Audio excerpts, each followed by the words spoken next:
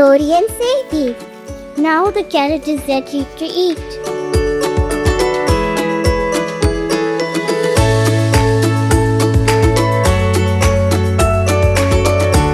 I turn to take peas from the peas pot.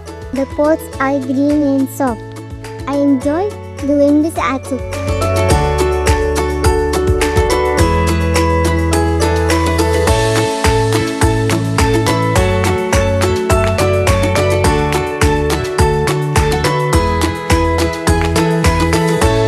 I learned to pluck the leaves from the bunch of meaty leaves. The leaves smell fresh. Now we can cook something yummy. Pluck, pluck, pluck. Oh!